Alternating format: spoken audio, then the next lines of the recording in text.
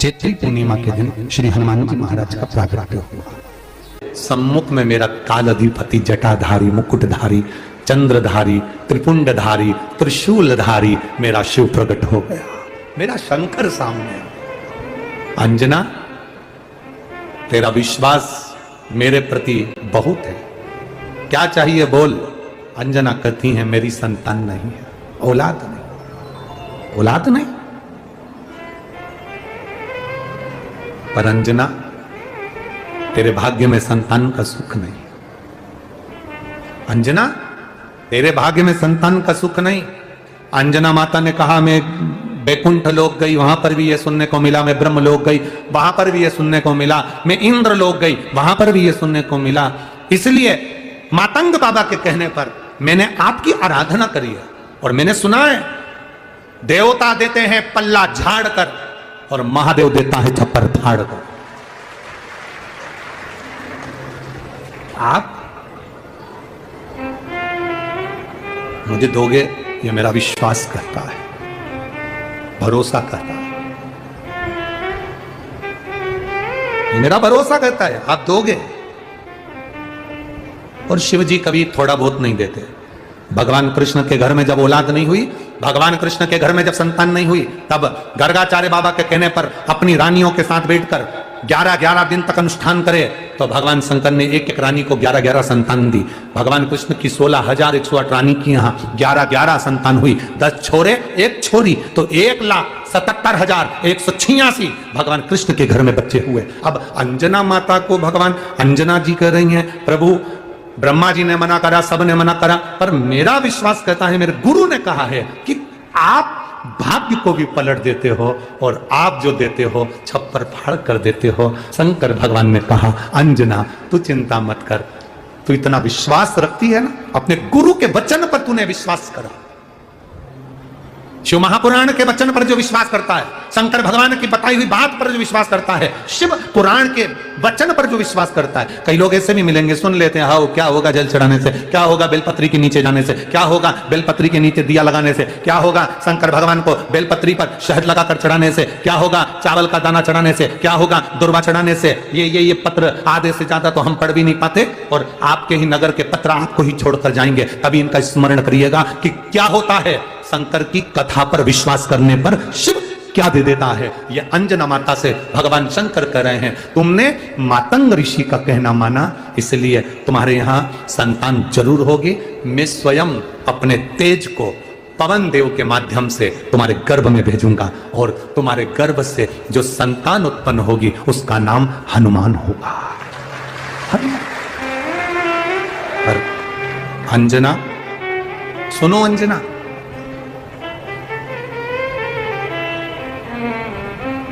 अंजना सुनो,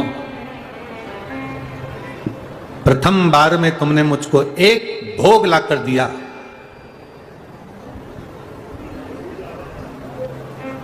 छप्पन भोग में से प्रथम भोग मुझे लाकर दिया और आखिरी के 5 भोग रह गए थे। इसलिए अंजना तुम चिंता मत करना, तुम्हारे गर्भ से भी केवल 1 पुत्र नहीं, तुम्हारे गर्भ से 6 पुत्रों का भी जन्म होगा। और समय आया और उस समय के अंतर्गत मां के सुंदर आनंद से पवन तनय संकट हरन मंगल मूर्ति रूप राम लखन सीता सहित हृदय बसौ सुर। शिव के एक अंश मात्र, शंकर का एक स्वरूप माता अंजना के गर्भ में पहुंच गई।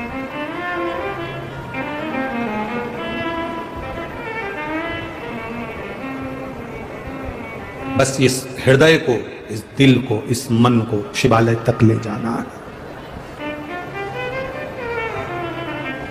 और जब ये मन, जब ये चित्त शिवालय तक पहुंच जाए तो समझ लो कि तुम्हारी जिंदगी की सार्थकता हो गई। सार्थकता है तुम्हारे जीवन की। पार्वती जी चली गई, शिव जी ने पूछा क्या चाहिए अंजना को, अंजना को पुत्र चाहिए। किसके जैसा? आपके जैसा। शंकर भगवान बोले मेरे तेज पुंज को अंजना अपने गर्भ में धारण नहीं कर सकती, इसलिए उस तेज पुंज को पवन देवता लेकर जरूर जाएंगे, पर तेज पुंज खंडित हो उससे एक भाग नहीं 6 पुत्रों का जन्म होगा। तो माता अंजना के गर्भ में जब भगवान शिव स्वयं जाकर विराजमान हुए, शंकर के 6 स्वरूप, सबसे पहले पूर्णिमा के दिन, चैत्री पूर्णिमा के दिन श्री हनुमान जी महाराज का प्रागट्य हुआ। फिर गतिमान, रतिमान, मतिमान, कैतुमान, रतिमान, ऐसे हनुमान जी के 5 भाई और तो 6 भाइयों का जन्म हुआ। 6 भाई, भगवान का भी कम नहीं देता, अधिक ना। और आज भी नियम है हमारा, जिसकी फैक्ट्री नहीं चलती हो, प्रॉपर्टी की आप खरीदारी बेचादारी करते हो, प्रॉपर्टी से जुड़ा हुआ काम करते हो, या लोहे से जुड़ा हुआ करते हो, या फैक्ट्री आदि का कर्म करते हो, कोई मैन्युफैक्चरिंग करते हो, वो नहीं चल रहा, तो हनुमान जी के उल्टे पांव का सिंदूर लीजिए और हनुमान जी के दूसरे नंबर के भाई गतिमान का नाम लीजिए। किसका नाम लेना है? गतिमान। गतिमान का नाम लेकर फैक्ट्री के बाहर या फैक्ट्री पर एक स्वस्तिक का निर्माण कर दीजिए, हनुमान जी के उल्टे पांव के सिंदूर और गतिमान का नाम लेकर। कभी आपकी फैक्ट्री कोई काम नहीं निकालेगी, उन्नति की ओर ही निकल जाएगी, कभी घाटे की ओर नहीं जाएगी। गतिमान, रतिमान, केतुमान, मतिमान, ये जितने भी नाम है हनुमान जी के भाइयों के, ये सब कल्याण करते हैं। एक एक नाम कल्याण करते हमारे। एक महाराज जी, वो जिन बच्चों को निमोनिया हो जाता है ना, वो सर्दी का टूटा रहता है, बहुत सर्दी बच्चों को बनी रहती है, तो हर दिन 5-10 दिन में वापस दौड़ के डॉक्टर के पास लेके जाओ, फिर डॉक्टर के पास ले। वैसे तो डॉक्टर के पास बच्चे आजकल के जमाने के जाते ही जाते हैं, हर 15 दिन 20 दिन में। तो इसके पीछे में वो चले जाए। एक हास्य व्यंग में हमसे पूछा किसी ने, महाराज जी आज के बच्चे बार-बार हॉस्पिटल डॉक्टर क्यों जाते हैं? तो हमने कहा देखो भैया, बच्चा जहाँ जन्म लेता है उनसे प्रेम ज्यादा होता है। पहले नानी के घर में पैदा होता था, इसलिए नानी के घर ज्यादा जाता था। दादी के घर में ज्यादा पैदा होता था, इसलिए दादी के घर ज्यादा जाता था। आज के बच्चे हॉस्पिटल में ज्यादा पैदा होते हैं, इसलिए हॉस्पिटल ज्यादा घूमने जाते हैं। ये हास्य।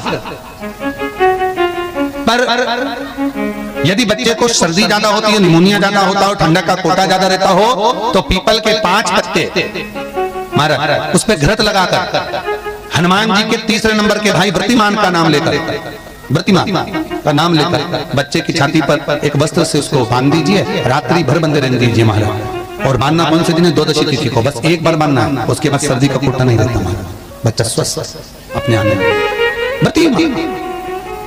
हनुमान जी महाराज के जितने भी भाई हैं, सबका आनंद सुख चरणारविंद का सुख देने वाला भगवान श्री हनुमान जी महाराज चैत्र की पूर्णिमा के दिन प्रकट होते हैं महाराज। पवन तनय संकट हरन मंगल मूरत रूप, राम लखन सीता सहित हृदय बसौ सुर।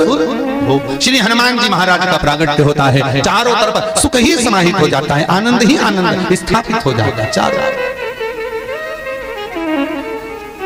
अब दोनों में अंतर देखिए। हनुमान जी की जब स्तुति गाई जाती है तो बोला जाता है विद्यावान गुणी अति चातुर। फिर से बोलो एक बार लाइन, विद्यावान गुणी अति चातुर। हनुमान जी विद्यावान थे और लंका का राजा रावण विद्वान था। क्या था? जम के बोलो विद्वान। ये विद्यावान, वो विद्वान। तो एक प्रश्न सामने खड़ा होता है कि विद्यावान और विद्वान में क्या अंतर है? हनुमान जी विद्यावान गुणी अति चातुर, रावण विद्वान, तो दोनों में अंतर क्या है? विद्वान ये भी विद्वत्ता से विद्वान, वो भी पढ़ा लिखा, ये नहीं पढ़ा लिखा। अष्ट सिद्धि नौ निधि उनके पास में, इसके पास। तो फिर अंतर क्या है? तो शिव महापुराण की कथा कहती है जिस व्यक्ति को पढ़ कर विद्या अर्जन कर खूब पढ़ाई करते करते करते करते करते करते अच्छा पद जब मिल जाता है और उसको जब अहंकार आ जाता है तो वो विद्वान हो जाता है। और जिसको पढ़ कर खूब अच्छी सिंहासन भी मिल गया, उसके बाद भी उसका चित्त वृत्ति नम्र होता चले जाता है, तो वो विद्यावान हो गया। विद्वान में अहंकार है, विद्यावान में नम्रता है। बहुत ध्यान देना हमारा। कई लोगों को पढ़ लिख के अप टू डेट बन के हमारे बराबर कोई अहंकार आ गया, मतलब तुम विद्वान हो, बहुत विद्वान हो, मना नहीं है, तुम्हारे में विद्वत्ता की कमी नहीं है, सारे वेद पुराण शास्त्र सब तुम्हारे में भरे हुए हैं, सारी पढ़ाई लिखाई तुमने भरी हुई है, तुम बहुत विद्वान हो।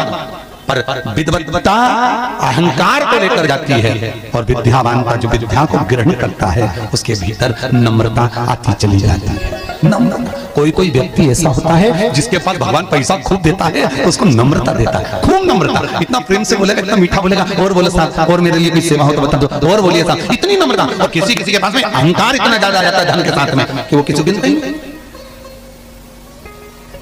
ही नहीं, बिल्कुल ऐसा लगे जैसे भेरू पे सिंदूर चढ़ा, एकदम गिनते तो दोनों में अंतर है, दोनों।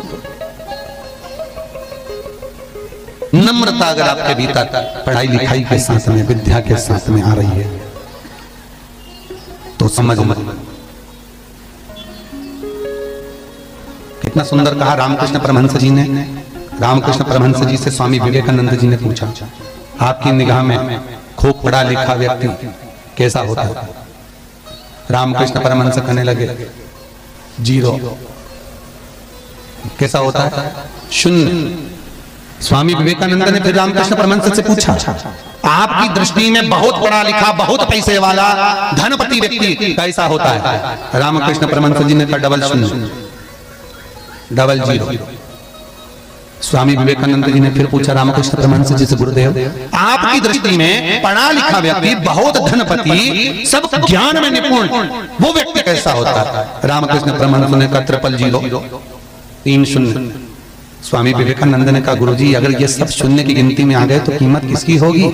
रामकृष्ण परमहंस जी ने कहा, सारे ज्ञान प्राप्त करने के बाद जो झुकना नहीं जानता, नम्रता नहीं जानता, वो जीरो के बराबर ही होता है। और जिसके पास में धन भी है, विद्या भी है, सारी निपुणता है, और जिसके भीतर नम्रता बनी हुई है, उसके आगे एक लगा दिया जाए तो वो करोड़ों की गिनती में हो जाता है। उसके आगे एक का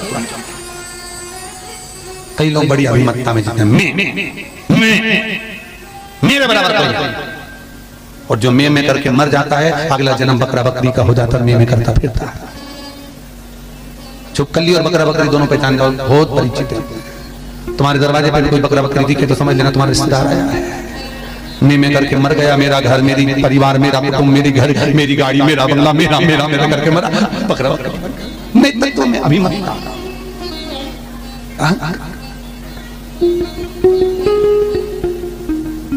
गुरु नानक देव जी महाराज का शब्द याद करो, कुछ भी मेरा नहीं है, सब कुछ तेरा, सब कुछ। दोस्तों, इस वीडियो के माध्यम से आप लोगों को कृष्ण गुरु जी द्वारा बताने सुना प्राण का पार बताया जाए। आप लोगों को वीडियो पसंद आए तो लाइक शेयर सब्सक्राइब जरूर करें। धन्यवाद दोस्तों।